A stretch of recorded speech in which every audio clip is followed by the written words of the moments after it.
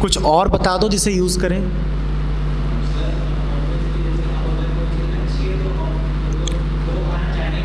ऐसा होता है, ऐसा होता है।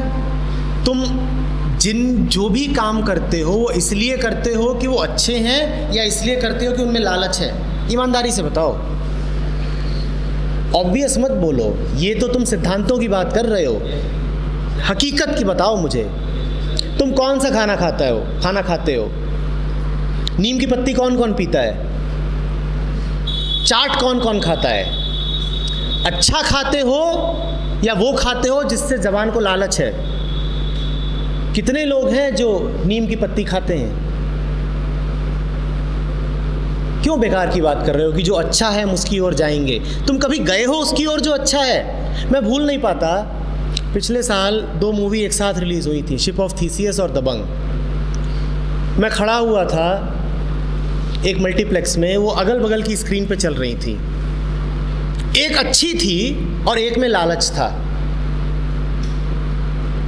शिप ऑफ थीसियस में पूरे हॉल में 2 लोग थे और दबंग के आगे इतनी लंबी लाइन लगी हुई थी।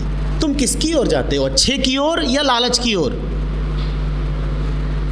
2-4 उदाहरण दे दो अपने जीवन से कि नहीं सर हमने लालच को छोड़ा, हमारा मन इतना साफ है कि हमने लालच को त्यागा, हम डर पे चढ़ बैठे और हमने वही किया जो उचित था। दे दो 2-4 उदाहरण। और जो लोग वैसा उदाहरण देने लग जाएं, उन्हें फिर डर अनुभव होगा ही नहीं। जैसा मैंने कहा था कि उनके सामने फिर हम भूत का मुखौटा लेकर के जाएंगे तो वो हंसेंगे, वो कहेंगे डराओ नहीं, अब हम जो कर रहे हैं अपनी चेतना में कर रहे हैं। तुम डरा भी रहे हो तो हमें उसमें डर लग नहीं रहा। और जब तक तुम्हें डर लग रहा है तब तक इससे प्रमाणित होता है कि अभी तुम्हें डराए जाने की ज़रूरत है। देखो तुम्हारा तर्क ही कैसे फंस रहा है।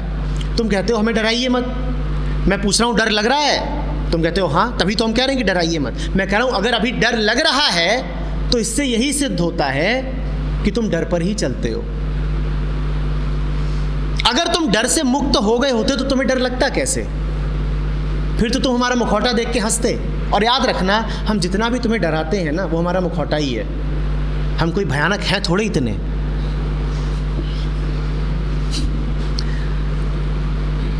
अगर तुम डर से मुक्त हो गए होते तो तुम कहते कि ठीक, क्या फ़र्क पड़ता है, नंबर हो ना हो हम खुद ही पढ़ के आएंगे, अटेंडेंस मिले ना मिले हम खुद ही 12:30 बजे अंदर घुस जाएंगे, डर की ज़रूरत नहीं। प्लेसमेंट मिले ना मिले हमें तो अच्छा लग रहा है पढ़ना, लालच की ज़रूरत नहीं। पर तुम ऐसे होगा। और चाहो तो एक आध बार प्रयोग करके देख लेते हैं। एक हफ्ते घोषणा कर देते हैं कि इस हफ्ते HIDP की अटेंडेंस काउंट नहीं होगी, या ऑप्शनल है आना, एक्स्ट्रा क्लास है, ऑप्शनल है, देखते हैं कितने आते हैं। अगर 25% से ज़्यादा आ जाएं तो तुम जीते। अरे कौन है जो नहीं आएगा?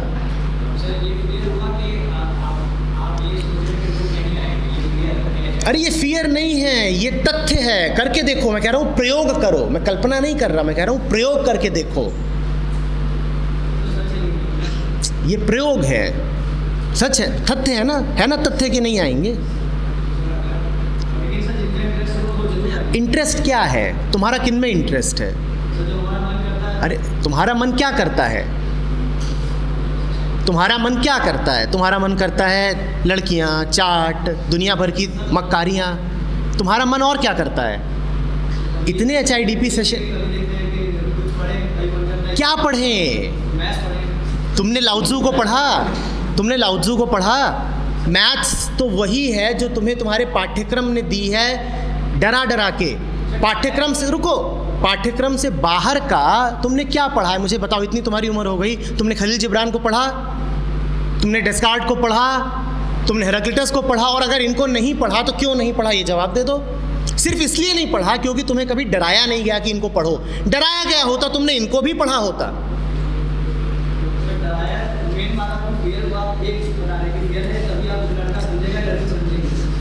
ना फियर से समझते नहीं हो, फियर से कुछ समझते नहीं ना।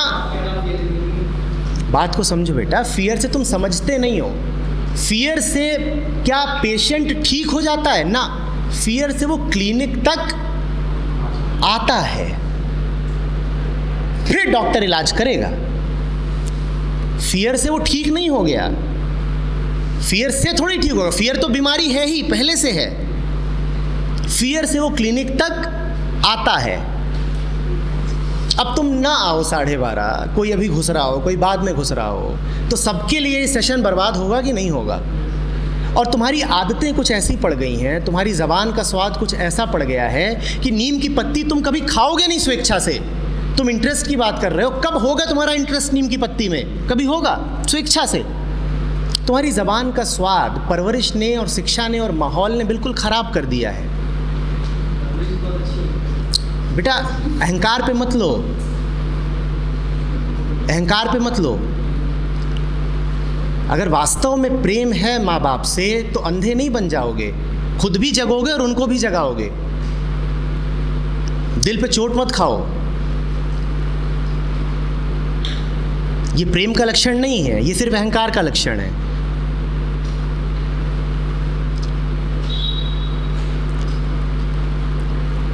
जिसे तुम कहते हो ना मेरी मर्जी, मेरी इच्छा, मेरा इंटरेस्ट, सबसे पहले तो ये समझो कि तुम्हारी एक एक इच्छा कंडीशनड डिज़ायर है। डिज़ायर का अर्थ ही है वो जो कंडीशनिंग से उठी है। जब तुम कहते हो मेरा इंटरेस्ट, तुम में से कितनों का आइस हॉकी में इंटरेस्ट है? तुम में से कितनों का धूमिल की कविता में इंटरेस्ट है? तुम्हारा जिनमें इंटरेस्ट हो तुम अच्छे से जानते हो। तुम्हारे फेसबुक अकाउंट गवाह हैं कि तुम्हारा इंटरेस्ट कहाँ है, प्रमाण है, सामने रखा हुआ है प्रमाण। तुम्हारे सारे इंटरेस्ट तो उन प्रभावों से आते हैं जो बचपन से लेकर आज तक तुम्हारे ऊपर डाले गए। टीवी, मीडिया, घर, परिवार, शिक्षा, धर्म, वही सब मन पे चढ़े हुए हैं, उन्हीं से तुम्हारा इंटरेस्ट निर्धारित होता है। तो तुम कहो कि सर हमारा इंटरेस्ट होगा तो करेंगे, उस इंटरेस्ट की कोई कीमत है? लड़कों का इंटरेस्ट लड़कियों में, लड़कियों का इंटरेस्ट लड़कों में है, हिंदुस्तानी का इंटरेस्ट क्रिकेट में है, ब्राज़ीलियन का इंटरेस्ट फुटबॉल में है। इंटरेस्ट की क्या कीमत है? कोई है कीमत? हिंदू का इंटरेस्ट गीता में है, मुसलमान का इंटरेस्ट कुरान में है, इसमें क्या खास है? इससे तो इतना ही पता चलता है कि तुम्हारी पूरी की पूरी मनोदशा प्रभावित है, बस। मुश्किल है मुसलमान का दिख जाना जो मंदिर के घंटे की आवाज़ सुन के कहे बहुत इंटरेस्टिंग लगा, मैं झुक गया, मैंने प्रणाम कर लिया। मुश्किल है, लाखों में एक। और मुश्किल है ऐसे हिंदू का मिल जाना जो कहे कि सुबह सुबह जब नमाज के लिए आवाज़ आती है तो इतनी सुंदर लगती है कि मैं गाने लग जाता हूँ। मुश्किल है, लाखों में एक। तो तुम्हारे इंटरेस्ट तो सारे के सारे, इस बात को समझो, इंटरेस्ट्स को वजन देना बंद करो। इंटरेस्ट्स तो सिर्फ समाज की गुलामी है। तुम्हें समाज ने बता दिया है कि इधर इंटरेस्ट होना चाहिए तुम्हारा। हिंदू घर में पैदा होते हो तुम्हें बता दिया जाता है कि रामायण में इंटरेस्ट हो, मुसलमान घर में पैदा होते हो बता दिया जाता है कि कुरान में इंटरेस्ट होना चाहिए। तो इंटरेस्ट में क्या रखा है? शरीर के हार्मोन हैं, वो तुम्हें बता देते हैं एक उम्र के बाद कि अब लड़कियों में इंटरेस्ट आना चाहिए तुम्हारा। एक उम्र से पहले नहीं होता इंटरेस्ट। तो इंटरेस्ट में क्या रखा? फिर तुम बोलो I am interested in her. You are not interested, the bloody chemicals are interested, and remove those chemicals and your interest will go away, and one extra dose of those chemicals and you will be super interested.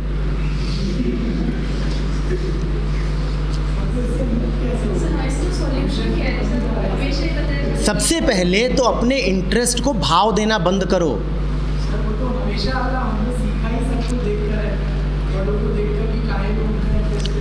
छोटे के पास और कोई विकल्प भी नहीं होता, वो ठीक भी है।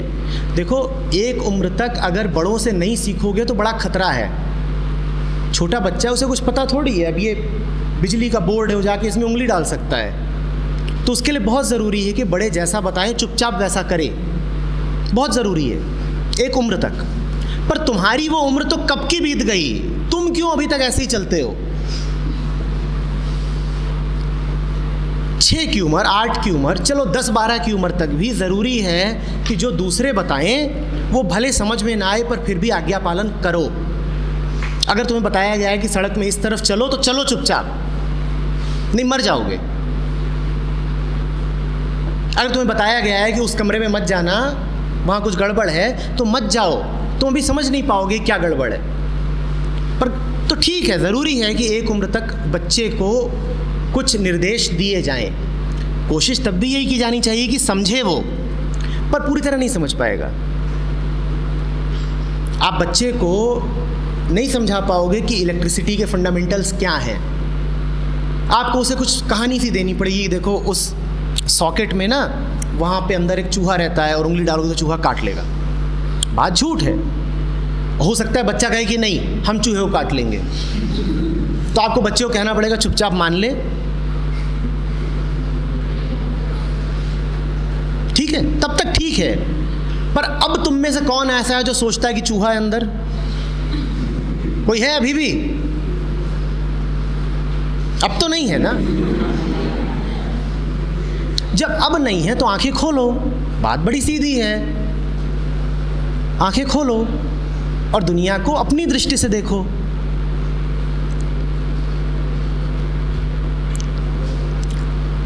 दुनिया को अपनी दृष्टि से देख सको, उसके लिए ज़रूरी है कि पहले अपने इंटरेस्ट से मुक्त हो जाओ। जब तक तुम्हारे मन में ये भाव बैठा है कि मुझे तो जी अपनी मर्ज़ी के काम करने हैं, तब तक तुम फंसे रहोगे, क्योंकि तुम्हारी मर्ज़ी है ही नहीं। और तुम भूल कर रहे हो कि बार बार अपनी मर्ज़ी की दुहाई देते हो। तुम्हारी मर्ज़ी नहीं है, समझो। जब ये सब इंटरेस्ट्स और नकली मर्जियाँ इनको पीछे छोड़ोगे ना, तब वास्तव में जानोगे कि खुद का होना क्या है, मुक्ति, फ्रीडम क्या है और ताकत क्या है, और फिर बहुत आनंद आएगा, बहुत मज़ा आएगा। और एक बात और, एक भ्रम दूर करो, मुझे तुम्हारे रिश्ते तोड़ने में कोई रुचि नहीं है। न मैं तुम्हारे प्रेमी प्रेमिका वाले रिश्ते तोड़ना चाहता हूँ, न मुझे ये रुचि है कि मैं माँ और बेटे के बीच में दरार डाल दूँ। सच तो ये है कि अगर जो मैं कह रहा हूँ उसको समझोगे तो तुम्हारे संबंध डर पे आधारित नहीं रहेंगे, वास्तविक प्रेम पे आधारित रहेंगे। मुझे गलत मत समझो। अभी जो तुम्हारे संबंध हैं, क्यों अपने आप से धोखा करते हो? क्या ये सच नहीं है कि तुम्हारे संबंधों में डर और लालच कूट कूट के भरा हुआ है? और क्या उसमें तुम्हें अच्छा लगता है? अच्छा लगता है? क्या तुम मुखौटा पहन के नहीं रहते घर में? ईमानदारी से बताओ। क्या 70 बातें ऐसी नहीं है जो तुम्हारे दोस्तों को पता है पर तुम अपने माँ बाप को नहीं बता सकते? हाँ या ना में जवाब दे लेना अपने आप को।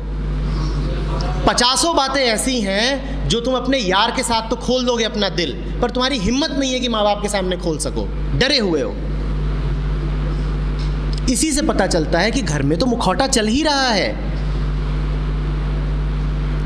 और ये कोई अच्छी बात तो नहीं। ये तो घुटन की बात है ना, घुटन की। मैं कह रहा हूँ तुम्हारे और तुम्हारे माँ बाप के संबंध ऐसे हों जिसमें पूरी सफाई और पूरी ताजगी हो। बोलो मज़ा आएगा कि नहीं आएगा? हाँ, माँ से कुछ छुपाना नहीं है। और माँ को अगर चाय बना के दे रहा हूँ तो इस नाते नहीं दे रहा हूँ कि डर है या फ़र्ज़ है, इस नाते दे रहा हूँ कि प्यार है। बोलो अच्छा रहेगा कि नहीं रहेगा? रहेगा कि नहीं? पर असली दिखाई दे, इसके लिए नकली को हटना पड़ेगा ना। और तुम्हें नकली से बड़ा मोह है, तुम नकली को पकड़ के बैठे हो। तुम्हें डर है कि नकली हट गया तो कुछ नहीं बचेगा। मैं तुमसे कह रहा हूं डरो मत, नकली हटेगा तो असली चमकेगा। तुमको ऐसा लगता है जैसे कोई तुम्हारी करोड़ों की जमा पूंजी है और मैं उसको तुमसे छीने ले रहा हूं। तुम्हारे पास कुछ नहीं है। जिन रिश्तों को तुम पकड़ के बैठे हो बेटा, वो रिश्ते धूल बराबर हैं, क्योंकि वो प्रेम पे आधारित नहीं है। ईमानदारी से अपने दिल को टटोलोगे तो जान जाओगे।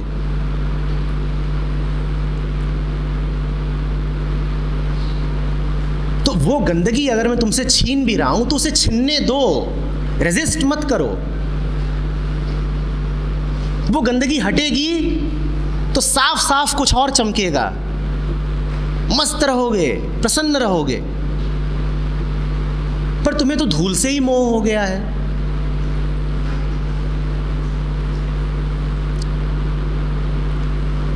मुझसे ज़्यादा खुशी किसी को नहीं होगी अगर स्वस्थ संबंध दिखाई दें, पर स्वस्थ संबंध हैं कहाँ?